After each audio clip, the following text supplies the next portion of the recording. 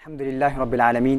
والصلاة والسلام علیک یا صفوۃ الانبیاء والمرسلین اما بعد فاعوذ باللہ من الشیطان الرجیم بسم اللہ الرحمن الرحیم قال اللہ تبارک و تعالی فی القرآن الکریم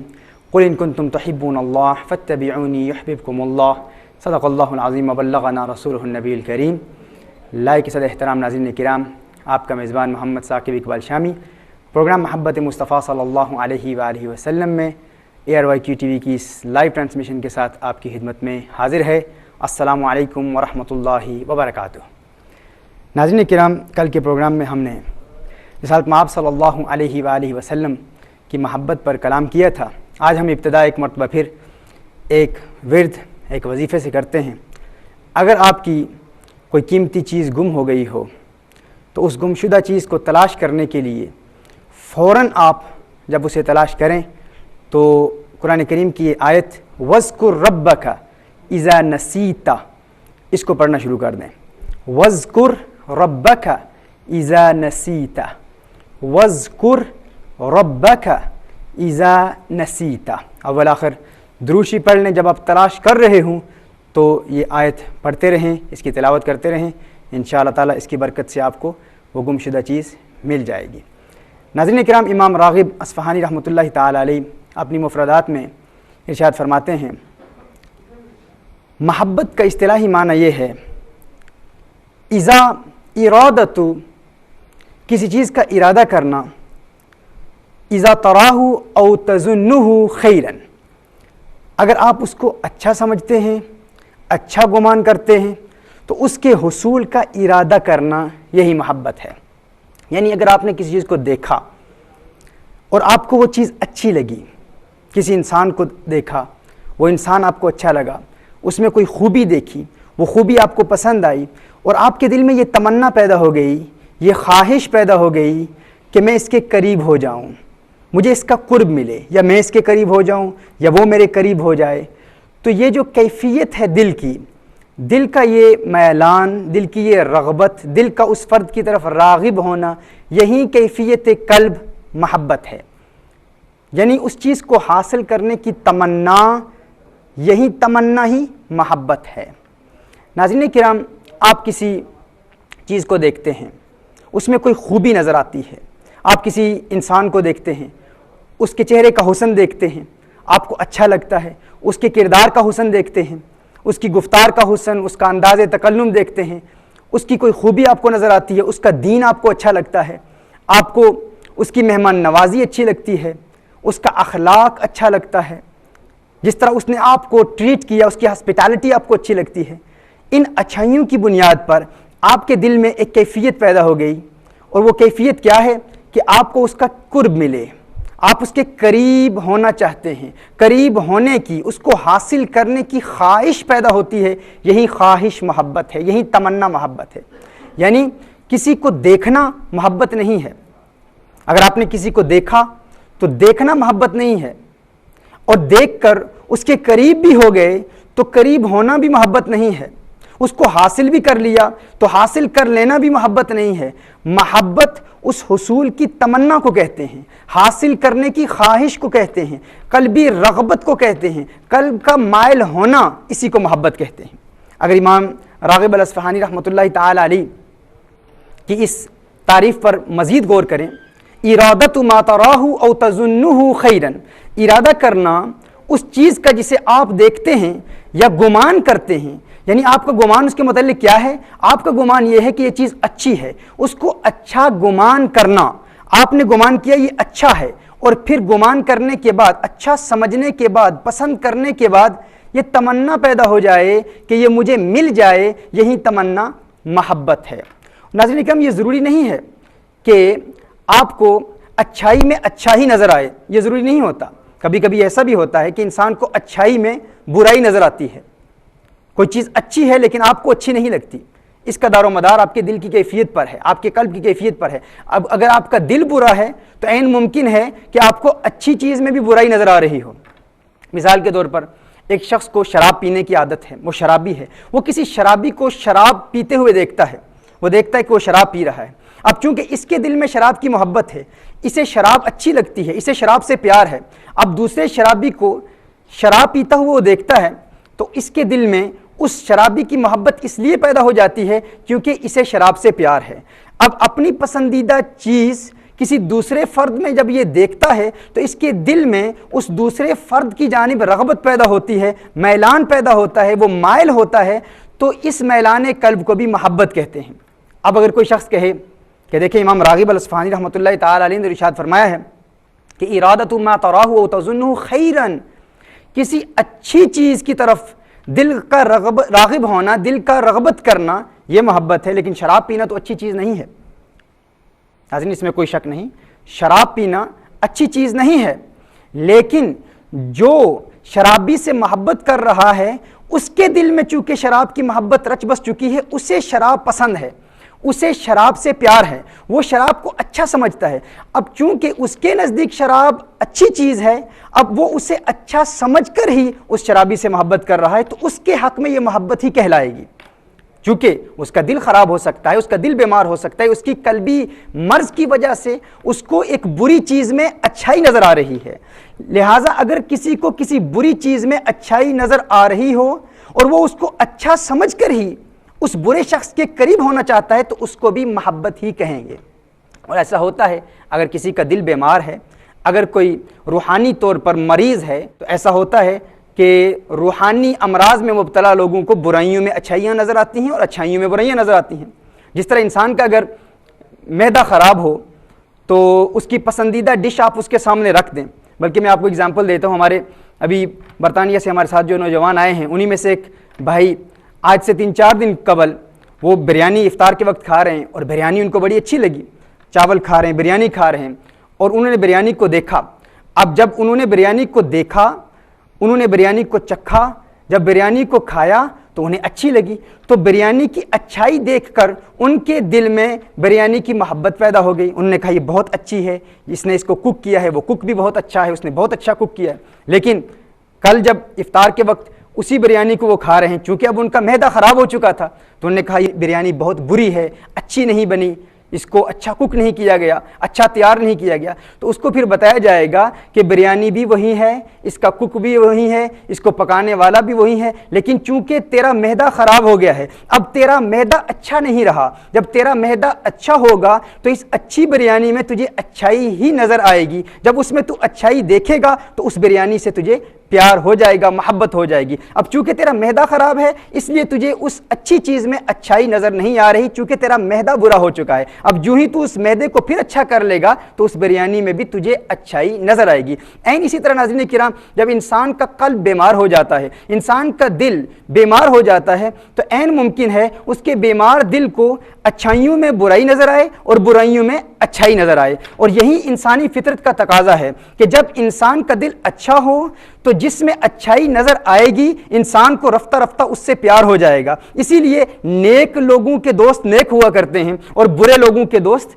برے لوگ ہوا کرتے ہیں۔ ناظرین کرام، رسالت مآب صلی اللہ علیہ وآلہ وسلم کے حوالے سے ہم اسی لیے اس بات پر بہت زور دیا کرتے ہیں کہ رسالت مآب صلی اللہ علیہ وآلہ وسلم کو جب کوئی اچھے دل والا شخص دیکھے گا، جس کا دل پاک ہے، جس کا دل صاف ہے، اگر اس کا اپنا دل اچھا ہے تو یہ فطرت کا تقاضا ہے جب وہ حضور اکرم صلی اللہ علیہ وآلہ وسلم کی زیارت کرے گا تو اسے رسالت مآب صلی اللہ علیہ وسلم کی ذات میں اچھائیوں کی کائنات نظر آئے گی، ساری اچھائیاں اسے حضور اکرم صلی اللہ علیہ وسلم کی ذات کے اندر نظر آئیں گی، اور پھر دنیا کی کوئی طاقت اسے رسالت مآب صلی اللہ علیہ وآلہ وسلم سے پیار کرنے سے روک نہیں سکتی۔ اس کے دل میں نیچرلی حضور اکرم صلی اللہ علیہ وآلہ وسلم کا پیار پیدا ہو جائے گا۔ اب اگر کوئی شخص کہے کہ دیکھیے ابو جہل کو حضور سے پیار کیوں نہیں ہوا، ابو لہب کو حضور سے پیار کیوں نہیں ہوا، عتبہ اور شیبہ کو حضور اکرم صلی اللہ علیہ وسلم سے پیار کیوں نہیں ہوا، حضور میں اگر اچھائیاں ہیں تو پیار کیوں نہیں ہوا؟ ناظرین کرام، اس کی وجہ یہ ہے کیونکہ ان کے دل میں اچھائی نہیں تھی۔ اگر کوئی شخص اپنے برے دل کو اچھا کر لے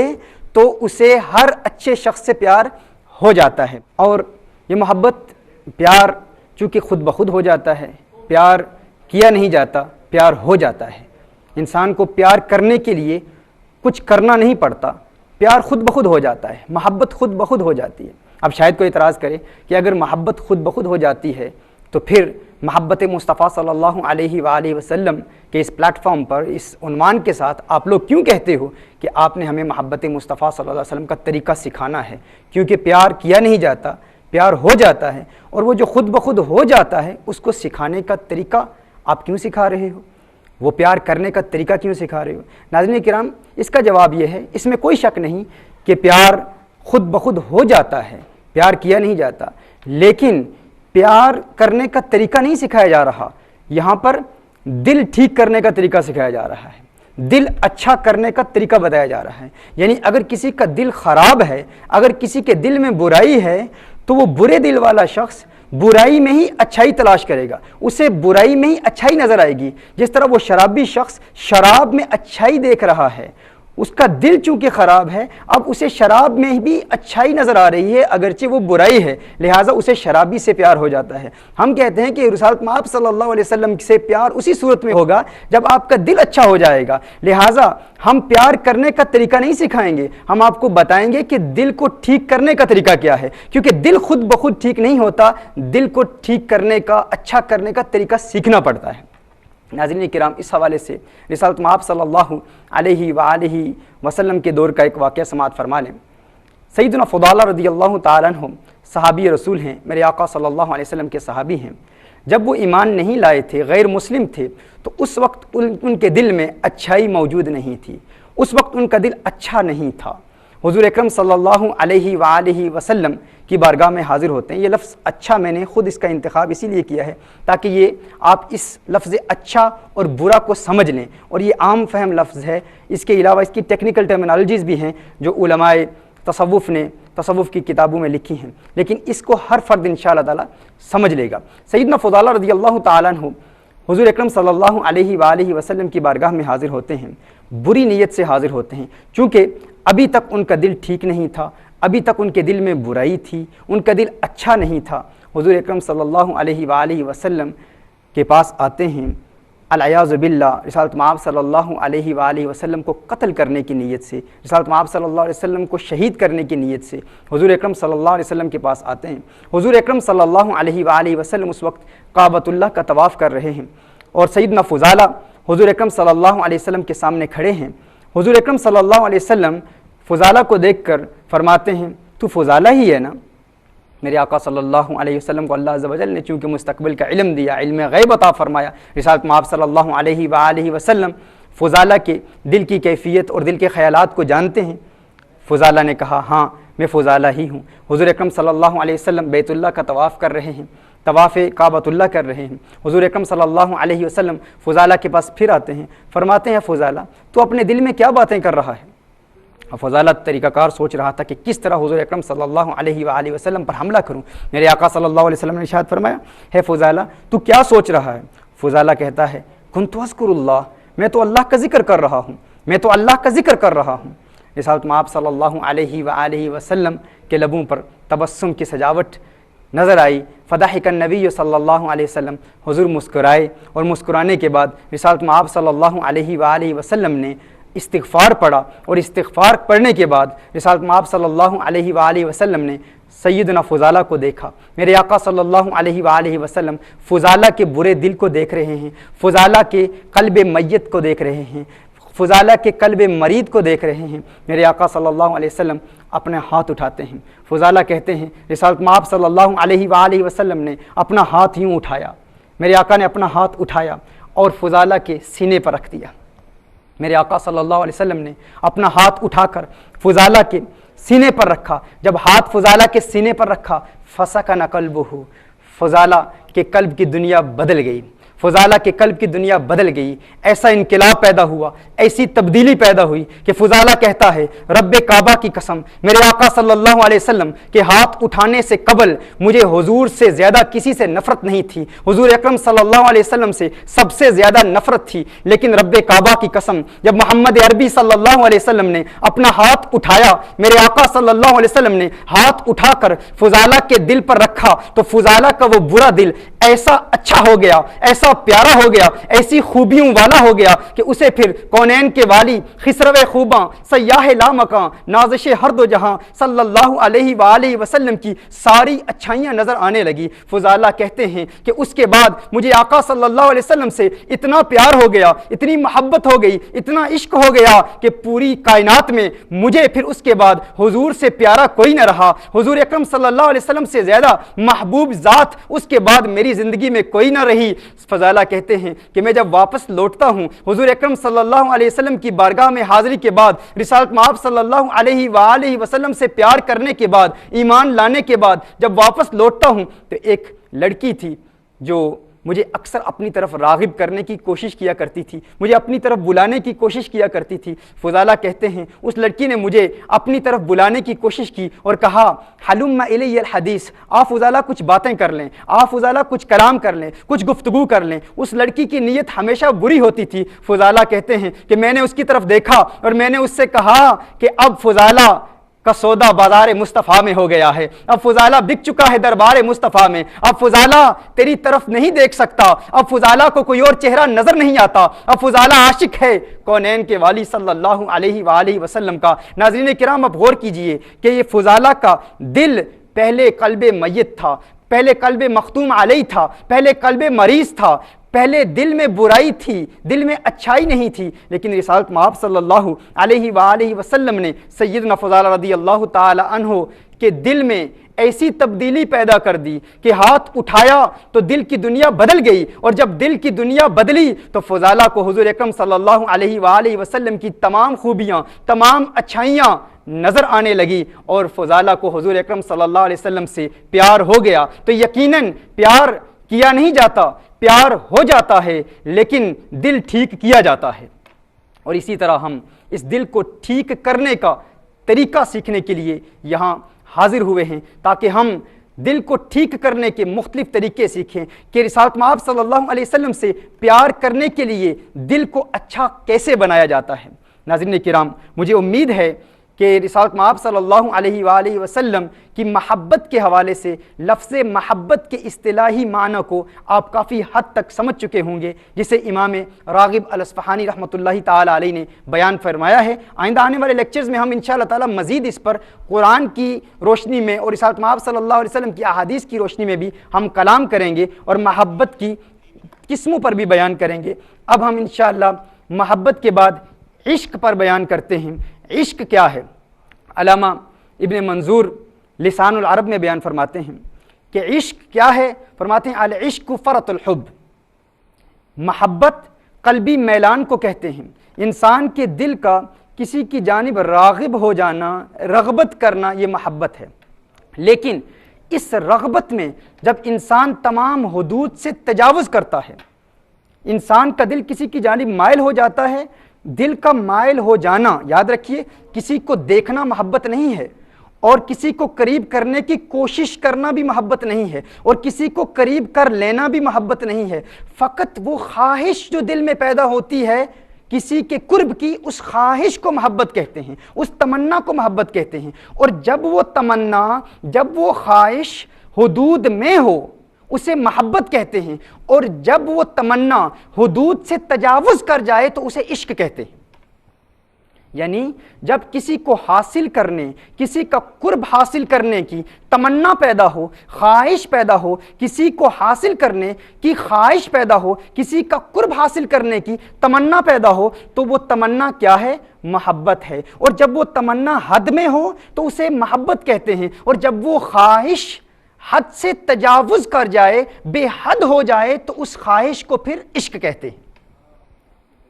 محبت اور عشق میں یہ فرق ہے، اور یہی عشق ہم سیدنا زیاد رضی اللہ تعالیٰ عنہ صحابی رسول صلی اللہ علیہ وآلہ وسلم ورضی اللہ تعالیٰ عنہ کی حیات میں دیکھتے ہیں۔ انشاءاللہ تعالی ہم کل کے لیکچر میں اس پر تفصیلی کلام کریں گے کہ ایک صحابی جسے حضور اکرم صلی اللہ علیہ وآلہ وسلم سے محبت ہوتی ہے، پھر وہ محبت کی حدود سے تجاوز کرتے ہوئے حضور اکرم صلی اللہ علیہ وآلہ وسلم سے عشق کیسے کرتے ہیں، پھر عشق اور محبت کے جو تقاضے ہیں ہم ان تقاضوں پر انشاءاللہ تعالی تفصیلی کلام کریں گے۔ اللہ عز و جل عمل کرنے کی توفیق عطا فرمائے۔ کل کے لیکچرز میں انشاءاللہ ہم محبت کی مختلف قسمیں ڈسکس کریں گے اور انشاءاللہ تعالیٰ اس پر تفصیلی کلام کریں گے۔ جزاکم اللہ خیرا و احسن الجزاء و آخر دعوانا ان الحمد للہ رب العالمین۔